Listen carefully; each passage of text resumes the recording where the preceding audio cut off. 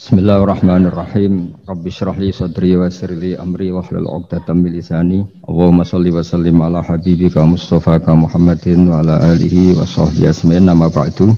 Yang kita hormati bersama Profesor Dr. Adi Wijaya selaku Rektor Telkom University. Di sini kita ditemani dan yang tentu kita hormati Habib Fikri Assegaf. Ada Bapak Kiki, ada beberapa teman tadi yang sudah disebutkan oleh moderator. Langsung saja sesuai tema bahwa kita akan menjadikan tauhid sebagai sumber inspirasi bangsa atau sumber kekokohan bangsa atau sumber ketahanan NKRI. Perlu dicatat bahwa di antara yang sering disabdakan oleh Rasulullah SAW adalah inna minal bayani la sikhron. Jadi penjelasan atau orasi atau argumentasi atau apa sajalah itu adalah bagian dari sihir. Sihir di sini maknanya itu sesuatu yang kayak hipnotis, tapi di sini dalam konteks positif. Dulu ketika periode Rasulullah Muhammad SAW itu pertarungan hak dan batil itu diolah pikir. Olah pikir yang diterjemahkan oleh artikulatif atau sistem verbal. Memang ini agak aneh. Jadi kalau mukjizatnya Nabi Musa itu fisik. Fisik itu misalnya melawan Fir'aun dengan kekuatan tongkat yang super dahsyat. Sehingga Laut Merah dipukul sama tongkatnya Fir'aun, kemudian tongkatnya Nabi Musa, kemudian bisa membelah jadi jalan, Fir'aun tenggelam. Begitu juga nabi-nabi yang lain ada kekuatan fisik yang bisa dilihat sebagai mukjizat. Tapi ketika Nabi Muhammad SAW jadi nabi itu pertarungannya itu ke sistem rasional, dan yang enggak rasional itu dijelaskan dengan satu penjelasan yang seakan-akan rasional. Ini yang agak jelimet, sehingga ada wala talbisul haqqan bil batil, jangan menyampur adukkan hak dengan batil. Saya beri beberapa contoh kejadian. Suatu saat itu ada orang kafir datang ke Rasulullah SAW. Kemudian bertanya, ya Muhammad, jika kambing itu mati betul, yang tidak disembelih, bangkel, itu yang mematikan siapa? Karena Nabi itu orangnya ummi itu lugu, ya yang mematikan Allah. Terus jawabannya si orang kafir tadi, agama kamu itu aneh, yang dimatikan Allah langsung haram, tapi yang lewat tangan-tangan manusia yang berlumuran dosa halal, katanya.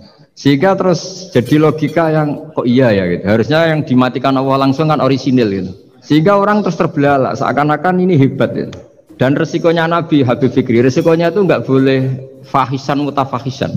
Corong Jawa Nabi ora oleh cangkem elek, itu resiko. Andai kan Nabi boleh cangkem elek enak. Nak halal ya pangan kon. Kalau itu baik ya silahkan makan ya. Tapi masalahnya Nabi tidak boleh seperti itu. Andai kan tidak Nabi kan gampang, ya sudah kalau halal ya silahkan makan. Masalahnya Nabi tidak boleh nggak boleh berbicara kasar, tidak boleh berbicara buruk. Terus ada lagi beberapa kejadian yang seperti itu, yaitu masyhur suatu saat Sayyidina Ali didatangi seorang kafir juga Yahudi. Ali, kakimu angkat satu, diangkat sama Sayyidina Ali. Angkat dua-duanya, ya tidak bisa. Gitu kok temanmu, maksudnya Nabi Muhammad mengklaim bisa naik langit, gitu aja kamu tidak bisa. Jadi selalu pakai olah kata. Yang ketiga misalnya Muhammad, kita ini punya urusan banyak, punya problem banyak, dan Tuhan itu dianggap penyelesai problem, halul muskilat, yang bisa menyelesaikan problem. Pertanyaannya, kalau problem kita banyak, Tuhannya satu tidak cukup Muhammad. Kalau problemnya banyak, ya Tuhannya harus banyak. Sehingga ketika Nabi membawa tauhid, protes mereka, komplain mereka, aja'alal alihata ilahau wahida innaha adalah syai'un ujab. Masa Tuhan satu, wong problemnya banyak, urusannya banyak. Kalau urusannya banyak, itu hanya harus banyak. Nah, karena olah pikiran seperti ini, sebetulnya bukan olah pikiran ini, hakikatnya olah kata, karena ini tidak mewakili hakikat. Ya, saya ulang lagi, sebetulnya ini bukan olah pikiran atau olah akal atau olah kecerdasan, tapi olah kata, karena semua yang diomongkan ini tidak mewakili apa? Hakikat. Tapi faktanya itu terjadi. Sehingga mukjizatnya Rasulullah SAW itu tidak boleh berupa fisik kayak tongkatnya Nabi Musa atau tabutnya Nabi Harun atau apalah yang sifatnya fisik. Karena ini tidak menjawab kecerdasan-kecerdasan yang terimplementasi oleh kata-kata yang dikatakan orang-orang kafir tadi, yang bisa memojokkan orang-orang kafir. Akhirnya Nabi diwarisi kecerdasan, dikasih kecerdasan oleh Allah Ta'ala, yaitu yang dikatakan fatona. Dan mereka memang suka, mempermalukan Nabi itu suka. Misalnya Nabi, karena sebagai Nabi, beliau tahu betul bahwa semua itu biadillah, di tangan Allah. Itu Nabi pernah ngendikan, la adwa wala tiarota, tidak ada penyakit menular. Lalu ada orang Yahudi atau orang siapa saja, orang bodoh lah yang jelas ini. Ada onta yang kena penyakit gudik, kalau orang Jawa bilang gudik apa, kalau orang itu apa? Kudis ini. Yang kena kudis ini dijejerkan sama yang waras. Ternyata yang waras sekarang jadi kudisan. Senang mereka karena bisa mempermalukan Nabi. Ya Muhammad, ini unta kena kudis. Ternyata yang waras tertular oleh yang kena kudis. Padahal kata kamu tidak ada penyakit apa? Menular.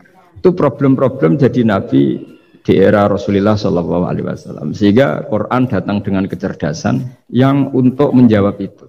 Makanya Nabi tidak pakai mukjizat fisik tapi mukjizat logika. Akhirnya Nabi diajarin Allah lewat Jibril yang dikira mereka yakin kalau menang dalam debat.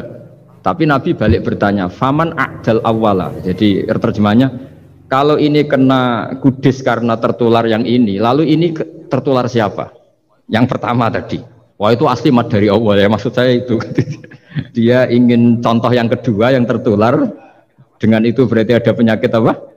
Menular. Tapi Nabi tanyanya faman a'dal awwala, lalu yang pertama kena kudis itu tertular siapa? Hanya kalau sekarang misalnya corona menular itu yang pertamanya dari siapa itu? Tidak tahu itu. Ya tidak perlu tahu, tidak bidang kamu. Jadi ini saya mau cerita. Jadi logika-logika yang dibangun orang kafir itu sebenarnya bukan logika tapi olah kata. Dan orang kafir itu paling pintar karena mereka itu penyair. Penyair itu kalau sekarang modern mungkin mirip-mirip jurnalis atau mirip apalah. Bisa mengubah apa saja.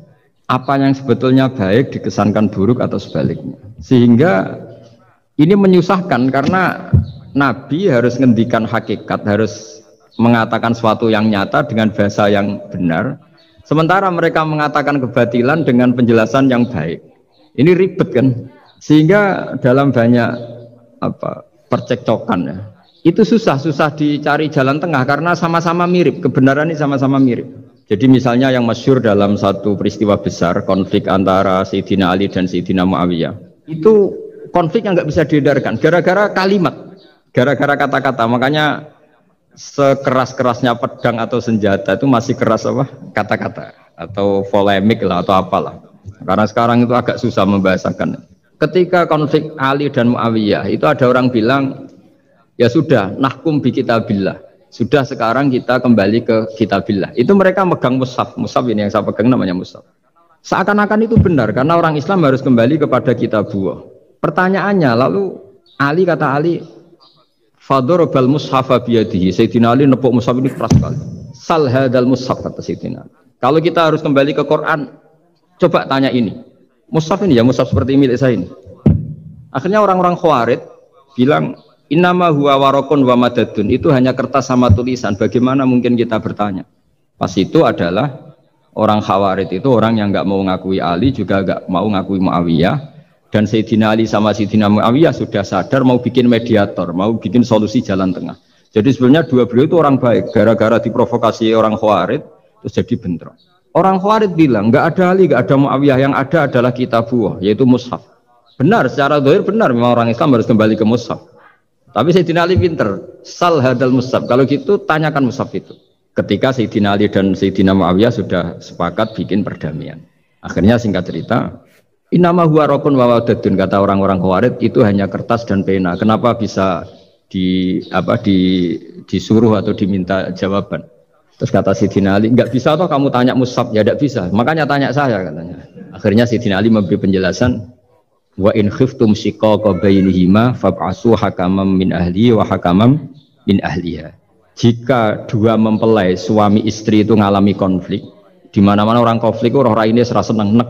Kita kalau sedang marah, semuanya lah kalau sedang marah sama istri itu roh raine serasa seneng. Jadi sing ganteng kira ketok gantenge. Wis ketok elek etok.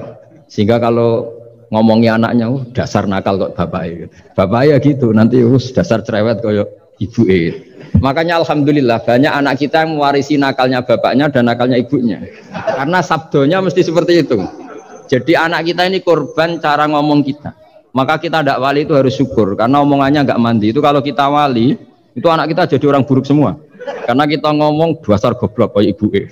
Dari ibuke dasar nakal koyo bapake. Berarti anak kita punya status goblok dan nakal. Tapi alhamdulillah yang ngomong itu tidak wali sehingga diabaikan saja sama Allah. Gak penting. Omongannya orang tidak wali itu tidak penting. Makanya tidak wali itu tetap punya sisi positif. Kalau ngomong tidak ngefek. Tapi kalau wali itu direspon sama Allah langsung ya. Tapi kalau wali ya tidak ngomong gitu. Jadi kalau orang nggak suka itu nggak boleh ketemu. Karena tambah benci. Sehingga butuh mediator. Itu sudah. Ini termasuk ilmu psikologi Quran. Kalau orang sedang tidak cocok itu nggak boleh ketemu pakai apa? Mediator. Jika suami istri sedang konflik, itu sebaiknya, seharusnya atau sayugyanya itu kirim mediator. Fab'atsu hakamam min ahli wa hakamam min ahliha. Iyurida islaha yuwaffiqillahu bainahuma. Terus kata Sidina Ali, wa amru ummati Muhammad a'zamu min amri rajulin wa imra'atin.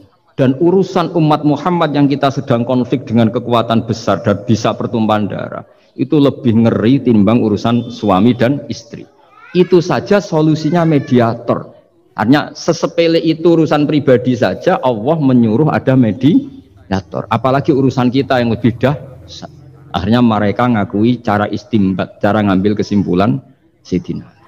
Jadi ini masalah-masalah yang orang bilang seakan-akan benar. Sudah kita kembali ke Quran, kembali ke Quran. Quran yang mana? Wong kamu tidak paham. Lama-lama tanyanya cetakan mana ini? Ribet kan?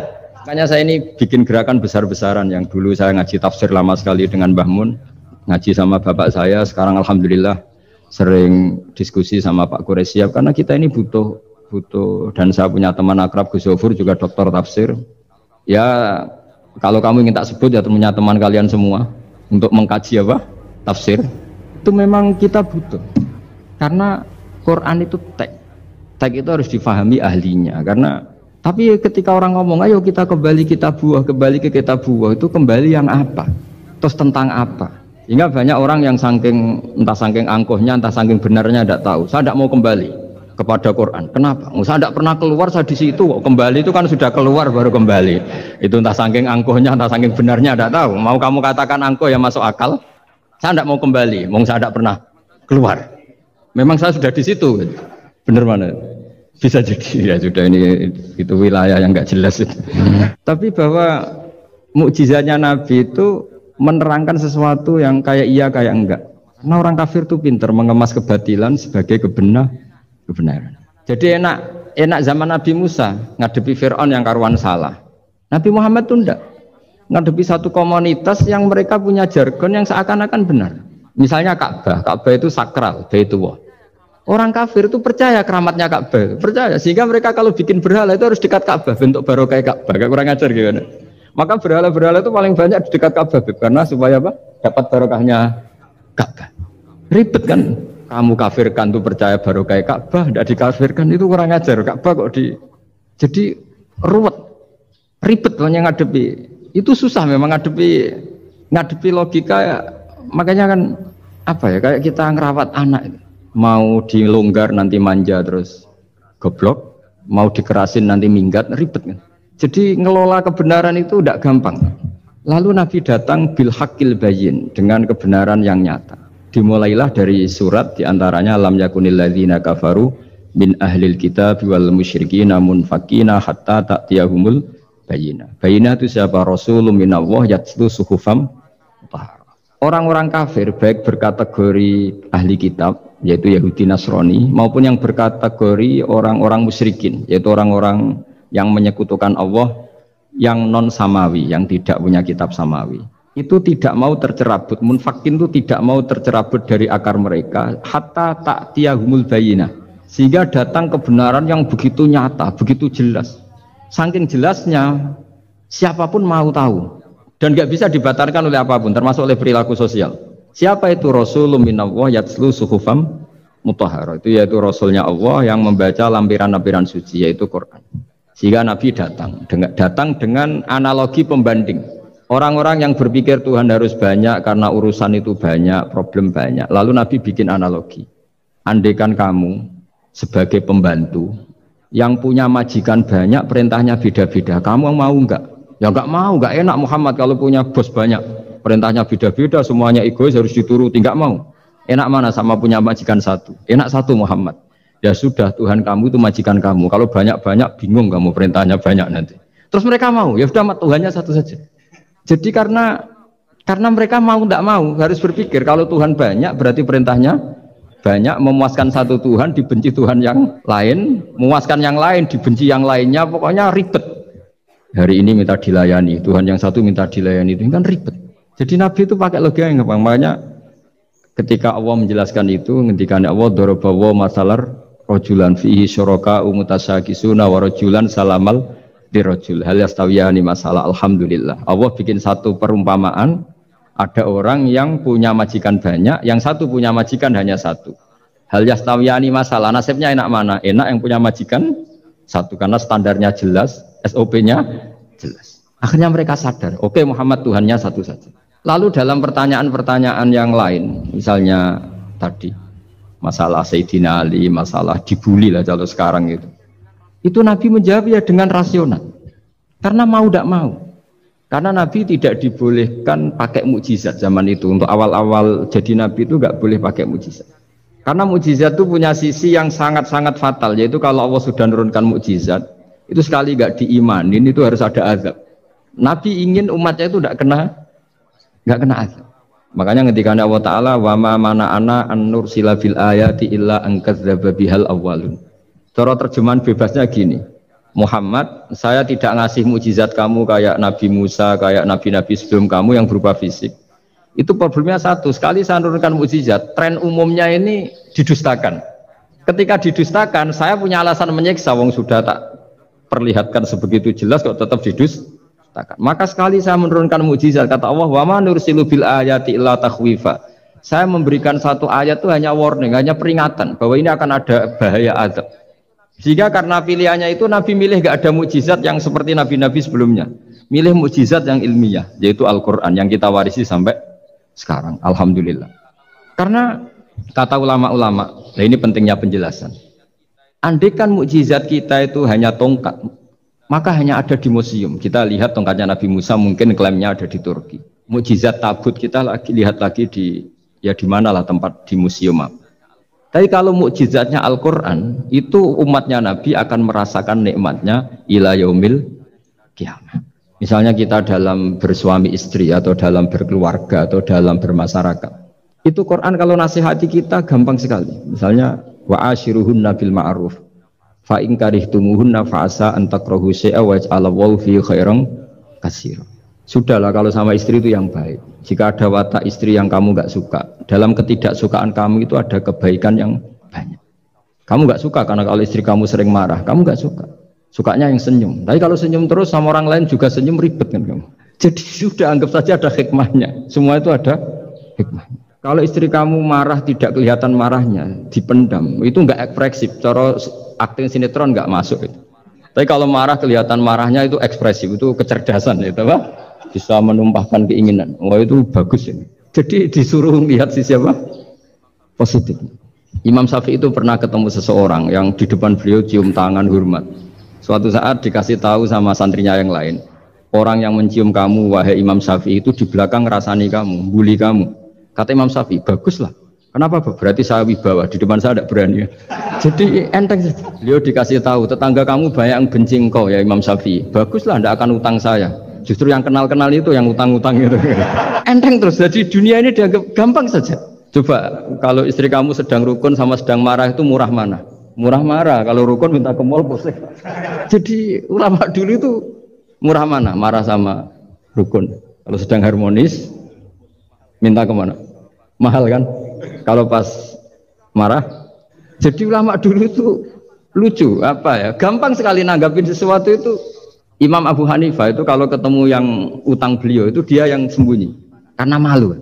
Kalau kita kan enggak, yang sembunyi yang utang. Kalau Abu Hanifah enggak, yang sembunyi itu Abu Hanifah. Kasihan dia malu kalau ketemu saya, kan masih punya utang saya. Itu kalau kamu ingin jadi wali itu gitu. Kalau ketemu yang utang kamu yang lari. Itu bisa bank tutup karena yang lari yang ngutangin. Dalam cerita-cerita wali itu unik-unik. Rabi'ah Adawiyah itu pernah kemalingan, itu beliau sembunyi. Malingnya nyari apa dia sembunyi. Habis itu ditanya, kenapa engkau sembunyi? Sama lu sama malingnya, karena rumah saya nggak ada yang bisa dimaling karena tidak punya apa. Jadi Ini kalau berpikir rasional kan ada Habib Fikri bahasa rasional. Ini tak latih berpikir yang agak rasional. Nabi itu diutus dalam kondisi masyarakat yang rasional, sehingga repot. Dan yang tidak rasional itu punya kecakapan olah kata sehingga seakan-akan rasional. Makanya ada kalimat terkenal di kalangan ulama, kalimatu haqqin urida biyal batil. Omongannya benar, tapi maksudnya tidak benar. Kayak tadi la hukma illa lillah. Tidak ada hukum kecuali yang ada di Quran. Tidak ada hukum kecuali yang diturunkan Allah. Pertanyaannya, apa itu? Ya Quran. Lah iya apa? Makanya kata Sidin Ali, ya sudah, sal hadal mushaf. Tanya mushaf kamu. Oh ya tidak bisa, itu kan hanya kertas sama tulisan. Makanya tanya ulama, kata Sidin Ali. Nah Quran itu bal huwa ayatum bayinatun fi suduril ladzina utul ilm. Quran itu begitu jelas sebagai solusi, tapi di hatinya orang yang punya. Sehingga kemudian lahir beberapa generasi tauhid. Yang paling masyhur dimulai tauhid itu yang masyhur ya, itu adalah ketika ada orang namanya Muhammad bin Jubair bin Mut'im. Itu bapaknya Muhammad ini namanya Jubair bin Mut'im. Itu dia orang kafir, masih kafir. Dia datang ke Madinah itu untuk negosiasi tawanan perang Badar. Dulu beberapa orang yang negosiasi sama Nabi itu ya nunggu di masjid. Singkat cerita, Nabi sholat maghrib baca surat Wattur wa kitabim mastur fi raqim mansur wal baitil ma'mur was-saqfu fil marfu wal bahril masyur. Terus dia dengerin sampai Allah tanya, am khuliqu min ghairi syai'in. Kalau kamu tidak ngakui saya sebagai Tuhan, kata Allah, silahkan Anda berpikir bahwa alam raya ini dimulai dari ketiadaan, atau kamu sendiri merasa sebagai pencipta alam raya ini, pencipta langit dan bumi. Itu namanya am khalaqus samawati wal ard. Itu orang itu disebut dahiyatul Arab, orang paling cerdas di Arab. Itu dia bingung. Dia selamanya kafir. Cara berpikir menuhankan berhala, Lata, Uzza, pokoknya menuhankan makhluk lah. Terus dia mikir, Muhammad ini kacau ya. Akal saya dihabisin, kata dia. Jadi cara berpikir dia pakai akal. Dia tidak percaya mukjizatnya Quran, tapi dia bilang Muhammad ini kacau. Akal saya dihabisin. Akhirnya Nabi setelah salam dia menyatakan Islam. Karena kata dia, Muhammad, akal saya habis oleh apa yang kamu baca.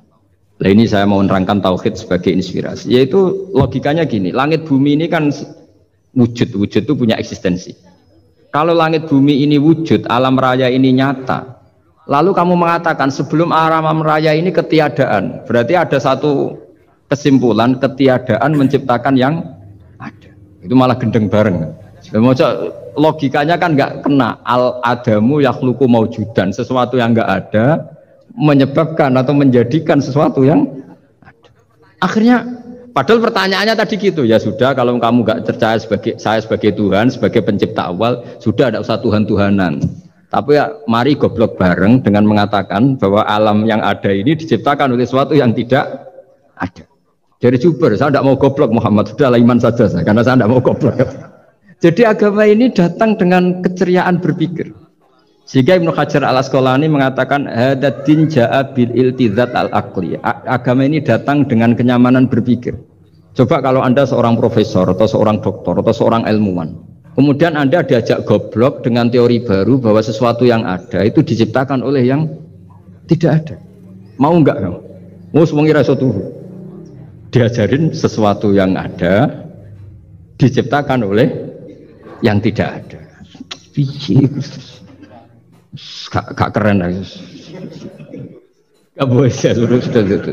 Nah, kemudian lahir ulama-ulama baru yang cara ngarang sama. Ini kitab yang dulu saya ngaji sama Syekhina Kiai Maimun Siber Mbah Mun.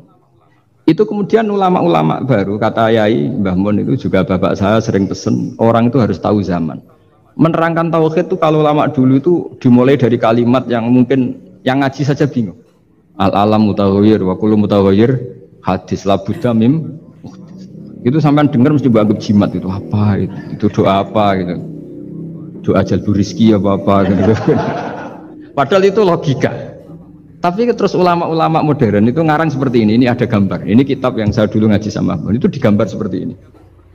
Maksudnya digambar seperti ini gini, penjelasannya gampang. Sampean kalau gambar seruat apapun, misalnya gambar gedung tingkat 5 atau gambar gunung atau gambar apa saja, mbok seruat apapun gambar itu dimulai dari satu titik. Jadi hadhil awalim kulluha, bahwa alam semua ini dimulai dari nuqtatil wujud, ada titik wujud. Dan karena ini wujud penyebab harus bersifat awal. Makanya Allah itu selain wujud harus bersifat al-awwal. Kalau bahasa pondok al-qadim. Karena tidak mungkin yang menciptakan kemudian kalah dulu dengan yang diciptakan. Begitu juga Imam Al-Amudi. Imam Al-Amudi itu jadi wali itu karena dia ahli matematika. Sampai muridnya itu eskal. Ini guru saya masuk surga enggak? Kalau ngajar itu senang ngajar matematika. Beliau ahli usul fikih, ahli fikih, tapi senangnya ngajar matematika. Sampai muridnya sanksi ini masuk surga enggak? Walhasil dalam cerita keramat beliau, sama ndak usah terus saya tidak percaya. Kamu ndak wali, kok ndak percaya gimana? Ribet sekarang itu. Orang kalau nggak nekuni sesuatu terus nggak percaya, ribet. Itu beliau masuk surga itu dijamin dapat surga itu karena ngajar matematika. Tapi di hati beliau hanya satu. Matematika adalah satu ilmu yang dimulai dari angka 1. 0, itu tetap dimulai dari 1. Nggak bisa. Akhirnya beliau cerita. Angka 2 atau 3 nisbatul wahid wal isnaini ila mi'ah wa ila ma la nihayatallah, semuanya sama, nisbatul far'i ilal asli, kata beliau. Mbok angka 2, 3, 1000 sampai 1 miliar itu perbandingannya dengan angka 1 apa hubungannya? Al far'i ma'al asli, yaitu angka 2, 3 adalah cabang dari angka 1. Jadi alam raya sebanyak apapun, ada galaksi, ada Mars, ada apa saja, tetap dimulai dari wujud yang satu, yaitu wujudnya Allah Subhanahu wa ta'ala. Jadi beliau menjadikan matematika sebagai alat perangkat untuk tahu tauhid, bahwa alam raya ini dimulai dari al-wujudul wahid, wujud yang satu. Makanya kul huwallahu ahad, Allahus somad, lam yalid walam yulad, dan seterusnya. Nah, makanya ketika orang menyoal hukum adat yang menipu kita, adat itu sunnatullah yang kita lihat. Itu Quran mesti mengembalikan wahwaladzi yabda'ul khalqa tsumma yu'idu wa huwa ahwanu alaih. Sebagian di surat Yasin diterangkan ansha'aha awwala marrah. Ketika kita lama sekali, namanya manusia itu lahir dari seorang bapak dan ibu, ini lama sekali. Yang namanya telur itu lama sekali lahir dari ayam, keluar dari ayam. Yang namanya pohon besar itu mesti dari biji yang kecil. Karena lama itu terjadi, seakan-akan kita ngomong, kita berkeyakinan tahu-tahu ada pohon besar itu muhal. Tahu-tahu ada manusia ini muhal. Makanya ketika ada figur yang bernama Isa bin Maryam, itu orang kafir Yahudi itu menolak. Bagaimana mungkin ada manusia tanpa bapak? Oke, itu menyalahi prosedur lazim, protap lazim. Tapi kata Allah gimana? Inna masalah Isa indallahi kamasali Adam. Kalau Isa muhal karena tanpa bapak, harusnya Adam lebih muhal karena tanpa bapak, tanpa ibu. Jadi artinya apa? Allah tetap mengingatkan bahwa kudroh saya yang pertama itu menjadikan semuanya mungkin tanpa perangkat adat. Maka kitab ini yang saya baca ini, milik Said Husain Afandi ini, itu menjelaskan bahwa hukum adat itu menipu. Saya ulang lagi, hukum adat itu menipu. Ketika ayam mengeluarkan telur, telur kemudian menjadi ayam lagi. Terus kita berdebat, telur sama ayam dulu mana? Menurut Anda milih mana? Milih apa? Telur. Kalau ini yang kubu sebelah ini ayam apa telur? Ayam. Ayam lahir dari.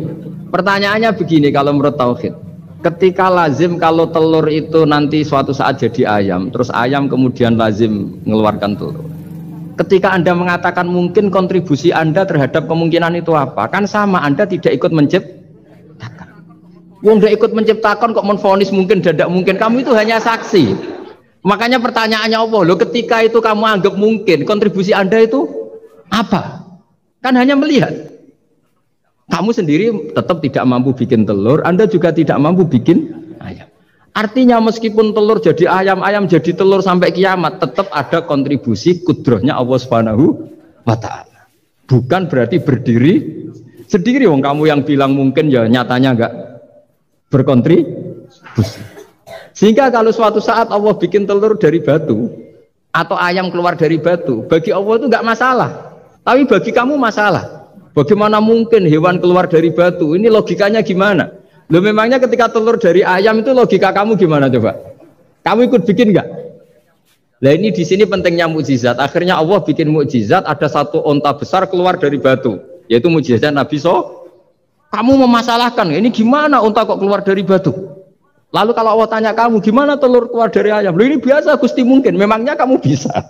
Berarti bagi orang yang tauhid, yang wali, keluarnya ayam dari telur sama onta dari batu itu nisbatnya sama. Sama-sama semuanya di luar kontribusi kita. Kenapa yang satu kamu katakan mungkin, yang satu kamu katakan tidak Mungkin. Toh kamu sama-sama tidak terlibat. Itu cara berpikir tauhid. Artinya apa? Orang-orang wali atau orang-orang alim meskipun melihat telur keluar dari ayam tiap hari tetap subhanallah, subhanallah, Allahu Akbar. Karena ini keajaiban. Tapi kamu kan enggak taunya ajaib itu yang aneh-aneh itu. Makanya banyak cari kiai aneh yang gondrong yang enggak pernah mandi gara-gara kamu itu suka aneh itu gara-gara.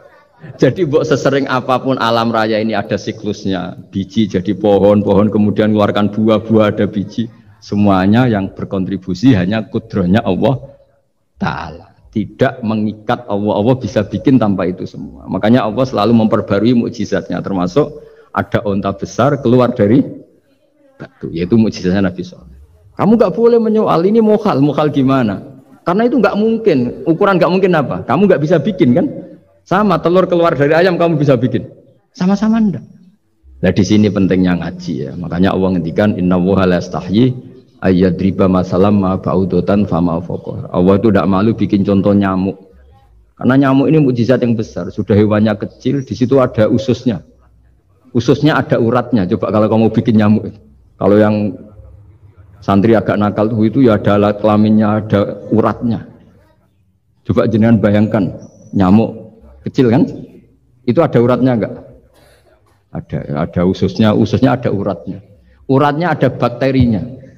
Pusing kan kamu? Jadi sebetulnya ayat Allah yang dasar itu bukan dinosaurus tapi nyamuk. Bikin uratnya dinosaurus masih gampang, hewannya besar paling uratnya segini. Itu pesan di Juwana bisa lah. Tapi kalau pesan organnya apa? Nyamuk. Perutnya seberapa? Sudah gitu dia di dalamnya ada calon anaknya. Lebih kecil, banyak lagi jumlahnya coba. Nah ini agama ini datang dengan akal. Jadi kelihatan ada mukjizatnya Quran karena menyontohkan nyamuk. Dan kelihatan mukjizat kalau dijelaskan pakai logika. Yaitu kayak apa susahnya bikin nyamuk. Sudah kecil, ada organnya, organnya ada uratnya, uratnya ada kumannya, kumannya ada uratnya. Pusing enggak? Makanya tidak ada kampus yang siap memaklumatkan diri sanggup bikin nyamuk. Karena ya nggak sanggup tadi. Lah itu mukjizatnya Quran. Jadi agama ini ketika ulama-ulama ja'a bil iltizazil aqli. Agama ini datang dengan kenyamanan berpikir. Makanya kita nanti kalau mau mati itu yang seneng saja. Kita tidak tahu caranya hidup. Tahu-tahu lahir, tahu-tahu hidup. Tahu-tahu punya hutang, tahu-tahu banyak masalah. Tidak tahu kita. Nanti kalau mati juga gitu. Nggak ingin mati, tahu-tahu mati. Nanti nggak tahu-tahu bangkit. Makanya sudah alaiha nahya wa alaiha namut wa biha nubasu insyaallah taala minal. Makanya kata Sidina Ali kalau ada orang susah hidup, kamu lahir keinginan kamu apa keinginan Allah? Ya keinginan Allah. Kamu mati, misalnya orang frustasi ingin mati ya tidak bisa mati, kalau Allah tidak menghendaki ya tidak mati. Ya sudah, zaman kita hidup ya tidak bisa mengelola kehidupan ini, ya sudah kalau mati juga tidak bisa mengelola kematian ini. Makanya terus kita diajarkan inna sholati wa nusuki wa mahyaya wa mamati lillahi rabbil alamin. Berhubung kita tidak tahu ya sudah, hidup kita, mati kita semua di tangan Allah. Sudah kita pasrah saja. Nah, jamnya mati, mati aja, serah usah pamit, sudah mati aja, sudah gak ribet. Makanya wali-wali itu ya biasa ngelihat kematian itu, bukan karena yakin pasti masuk surga ya enggak. Kata wali-wali itu di dunia itu hanya Allah yang ngurusi kita ya Allah, nanti di akhirat ya. Itu tauhid ya. Jadi saya ulang lagi ya, jangan terjebak hukum adat. Karena dalam hukum adat itu sebenarnya Anda tidak aktor tapi hanya saksi. Yang namanya telur keluar dari ayam, ayam mengeluarkan telur. Tapi sebetulnya ini tidak mengikat. Allah bisa saja bikin hewan dari yang lain. Kayak tadi mengeluarkan untanya Nabi Shalih dari batu yang apa? Besar. Ya wah, itu mukhal, bagaimana mungkin? Nah memangnya ayam jadi telur, telur jadi ayam, Anda ikut berkontribusi kan enggak? Andai kan Anda menyaksikan kudrohnya Allah Ta'ala di semua kejadian, yaitu Allah bisa bikin nyamuk, nyamuk ada organnya, organnya ada uratnya. Dengan reputasi seperti ini maka kita akan mensifati Allah innahu ala kulli syai'in qadir, bahwa Allah bisa melakukan apa saja. Wa huwa ala kulli syai'in qadir, diulang-ulang. Sama Indonesia yang sekarang seperti ini, yang kata orang ada yang bilang terbelakang, ada yang bilang tertinggal dari Eropa. Mungkin dalam kudrat Allah untuk bikin Indonesia lebih makmur dari sekarang, bisa mengalahkan negara-negara yang lain. Jadi kalau kamu ingin, tapi Indonesia banyak masalah gini-gini, bagi Allah mudah saja menyelesaikan masalah. Tetap inna dzalika 'ala Allahi yasir. Kita harus optimis bahwa semuanya bagi Allah mudah. Tapi cara berpikir ya tadi, dengan reputasi Allah bisa bikin nyamuk, Nah nyamuk sulitnya di mana ya tadi sudah kecil, punya organ, organnya punya urat, uratnya punya bakteri, bakterinya punya organ, organnya bakteri, mungkin ada bakteri lagi, pusing kan? Ya jangan nggak usah dipikir kalau pusing. Ya jadi terus yang terakhir saya mohon kalau baca Quran sebisa kita ada yang diangen-angen. Jadi Allah kalau mendorong kita mengakui eksistensinya Allah, Allah sering ngendikan yang mudah-mudah. Misalnya, saya ini yang menciptakan kamu, saya yang menciptakan kamu. Falau la tusaddiqun, sudahlah, saya ini nahnu khalaqnakum. Saya ini pencipta kalian, Bu yao. Hubungan kamu itu dengan saya, urusan kamu terdekat itu dengan saya, kata Allah, bukan dengan yang lain. Karena saya yang menciptakan kamu, kata Allah. Tapi kita ini aneh, jadi manusia itu aneh. Dengan zat yang menciptakan kita tidak punya urusan, dengan yang tidak terkait dengan kita punya itu kan aneh. Dan Allah kalau menerangkan itu gampang. Terus bagi manusia yang kumo luhur, yang angkuh, seakan-akan bisa menentukan segalanya. Falaula in kuntum ghairu madinin tarji'unaha in kuntum shadiqin. Kalau kamu orang hebat, Bu ya, ketika nyawa kamu mau keluar tuh kamu tahan supaya kamu nggak jadi mati. Nggak keren kan orang hebat kok mati katanya. Kamu sombongnya kayak gitu, seakan-akan bisa ngatur dunia, menaklukkan dunia, ternyata kamu mati. Harusnya nggak usah mati dong. Kata falaula in kuntum ghairu madinin tarji'unaha in kuntum shadiqin. Makanya falaula idza balaghatil hulqum wa antum khina idzin tangdur. Bu ya, orang-orang yang keren, yang merasa hebat, yang biasa ngatur dunia, Bu ya ketika mati itu jangan mau. Ya, ini sensitif wilayah. Ya saya kira demikian ya, semoga lewat ngaji ini kita kembali ke tauhid yang benar lewat penjelasan-penjelasan yang akli, yang rasional. Saya pastikan agama ini datang dengan al-iltidzatul akli, kenyamanan berpikir. Kayak apa susahnya kita dengan jadi ateis? Karena harus punya rumus bahwa yang ada diciptakan oleh yang tidak ada. Itu kan jadi aneh. Makanya ukuran iman salasun man kunna fihi wajada halawatal iman. Ciri utama iman itu nyaman, halawah itu manis, karena ya itu tadi apa yang dibawa oleh Quran dan hadis sesuai akal kita. Maka masyhur di kalangan para ulama ada pepatah, laulam yakun ma ja'a bihi Muhammadun dinan lakana fi aqlin nasi hasanah. Kalau saja Muhammad tidak maklumatkan kalau ini agama, akal pun akan setuju bahwa yang dibawa itu hal yang luar biasa. Karena agama ini tidak lam yusodim al-aql, agama ini tidak akan menentang akal. Liqaumi ya'qilun liqaumi yatafak. Kalau ada orang bilang akal saya itu menolak faham agama, itu akalnya yang perlu dicek. Ada masalah itu pasti. Ya, saya kira demikian. Assalamualaikum warahmatullahi wabarakatuh. Ya, jadi itu teman-teman tentang reaction ngaji kita bersama dengan Kiai Haji Bahauddin Nur Salim atau Gus Baha, di mana dalam kajian kali ini itu membahas mengenai kenapa mukjizat Rasulullah itu tidak seperti nabi-nabi terdahulu. Ya, kalau mukjizat nabi-nabi terdahulu itu kan bentuknya fisik, ada tongkat, ada semacam itu apa namanya, ya punya alat-alat lainnya. Sedangkan kalau Rasulullah itu mukjizatnya bukan hal yang fisik gitu, tetapi melalui Al-Quran. Nah, itu adalah reaction video kita ngaji bersama dengan Gus Baha atau Kiai Haji Bahauddin Nur Salim yang membahas mengenai Rasulullah, mukjizatnya itu berbeda dengan mukjizat nabi-nabi yang lain. Dalam kajian ini beberapa kesimpulan yang bisa kita catatkan dalam reaction ngaji bersama dengan Gus Baha ini, di mana ngaji kali ini sebenarnya bertemakan menjadikan tauhid sebagai sumber ketahanan NKRI. Ya, antara lain ke beberapa kesimpulannya ataupun beberapa catatannya. Yang pertama adalah penjelasan atau argumen adalah bagian dari propaganda, atau dalam bahasa Arabnya itu diartikan sebagai bahasa sihir yang bisa menghipnotis. Artinya setiap argumen itu bisa membuat orang melakukan sesuatu hal atau meyakini sesuatu hal. Itu berdasarkan argumen. Argumen yang masuk akal itu akan mudah dipercayai orang lain.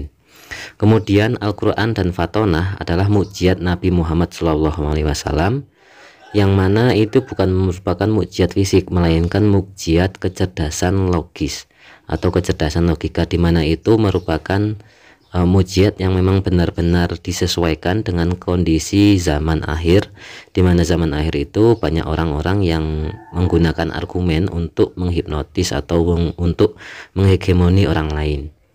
Dan argumentasi dalam Al-Quran itu bisa mengalahkan semua lainnya, yang mana kemudian ketika argumen Al-Quran itu disampaikan, itu argumentasi Al-Qurannya itu logis, dan itu menjadi orang semakin yakin bahwa Islam itu adalah agama yang benar dan Rasulullah adalah Rasulnya Allah.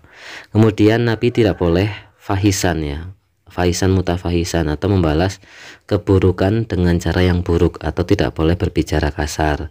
Nah, itu merupakan satu syarat menjadi Rasulullah, menjadi Nabi, di mana beliau tidak boleh berkata kasar. Dan di sini juga menggunakannya itu ya menggunakan sahabat, sehingga para sahabat yang akhirnya menggunakan kata-kata kasar ketika memang argumentasi orang-orang kafir itu tidak logis, dan itu disampaikan kepada Rasulullah.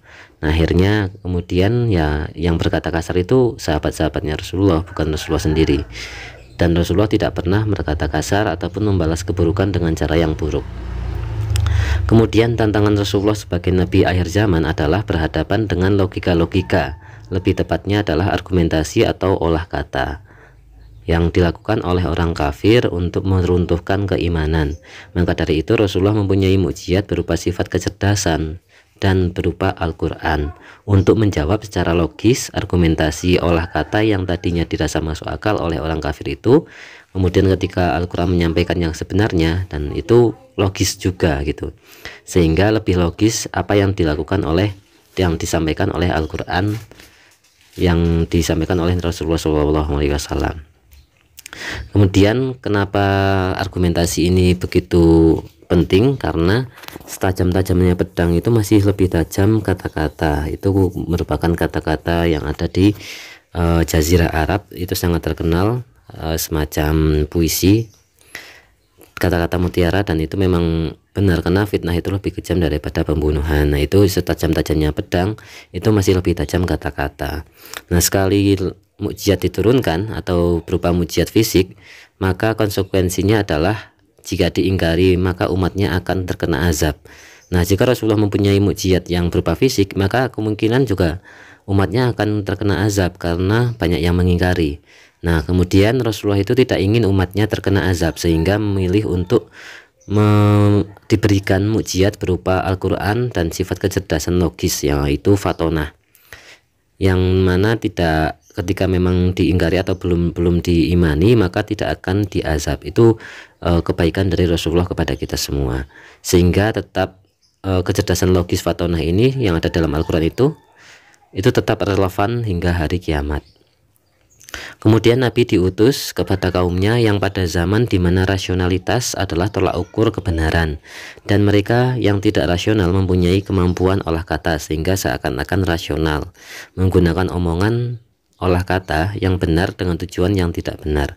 Nah, itu kenapa Al-Quran juga termasuk diturunkan kepada Rasulullah di akhir zaman ini, karena memang sesuai dengan konteks umatnya atau kaum dari Rasulullah itu sendiri.